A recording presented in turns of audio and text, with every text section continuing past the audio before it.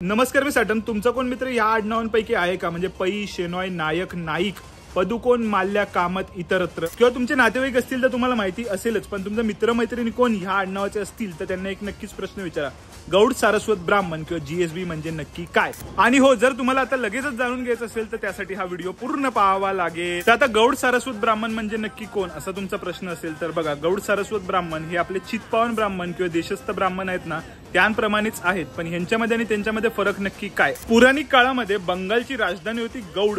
याच गौड राज्यामध्ये वसलेले ब्राह्मण म्हणजेच गौड सारस्वत ब्राह्मण. पुढे बंगालमध्ये आणि एकंदरीतच उत्तरेमध्ये आक्रमण झाल्यानंतर ही ब्राह्मण मंडळी थेट पश्चिमेमध्ये टोकाला येऊन वसली. कुठे? तर आजच्या गोवा राज्यामध्ये. पण नशीब त्यांच्या बरोबर नव्हतं आणि खडतर प्रवास त्यांच्या आयुष्यामध्येच लिहिलेला होता असं मला वाटतं. त्याचमुळे ह्या मंडळींना परत एकदा स्थलांतर करावं लागतं, थेट कर्नाटकामध्ये जावं लागतं. आणि काही मंडळी मराठा राज्यामध्ये सुद्धा आली होती. कारण एकच होतं, ते म्हणजे पोर्तुगीजांचं आक्रमण. आणि त्यावेळेला पोर्तुगीजांनी ज्या प्रकारे कत्लेआम केला होता, जर ख्रिश्चन होताय तरच तुम्ही पोर्तुगीज गोवामध्ये राहू शकता, नाहीतर थेट बाहेरचा रस्ता धरा, नाहीतर वरचा रस्ता धरा. अशा प्रकारचा नियम पोर्तुगीजांनी लावला होता. त्याचमुळे यांनी आश्रय घेतला खाली कर्नाटकामध्ये, म्हणजे आजच्या कारवार आणि इतरत्र भागामध्ये, नाहीतर मग आपल्या छत्रपती शिवाजी महाराजांकडे. छत्रपती शिवाजी महाराजांचा इतिहास जर ज्ञात असेल तर तुम्हाला शेनवी हे माहिती असतील तर ही शेनवी मंडळी म्हणजे कोणतं? गौड सारस्वत ब्राह्मण. त्यांची खूप प्रमुख भूमिका होती मराठा राज्यामध्ये एकंदरीतच. त्यानंतरही तुम्ही पाहाल ना तर बऱ्याच मोठ्या प्रमाणावर हा सुशिक्षित असा समाज मानला जातो.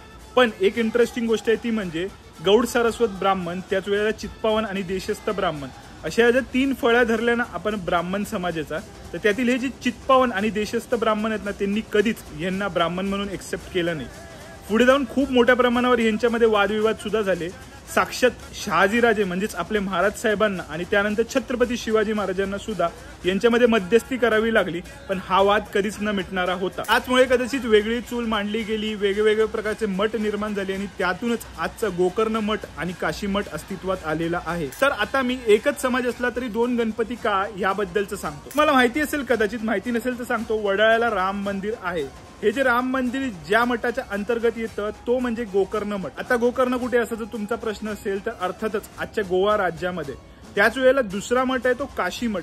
काशी मठ कुठे आहे तर आजच्या बाणगंगेवर काशी मठ स्थित आहे आणि त्याची मुख्य शाखा ही थेट काशीला आहे. गौड सारस्वत ब्राह्मणांमध्ये हे दोन मठ निर्माण झाले कालांतराने आणि त्यांनीच दोन गणपती बसवले.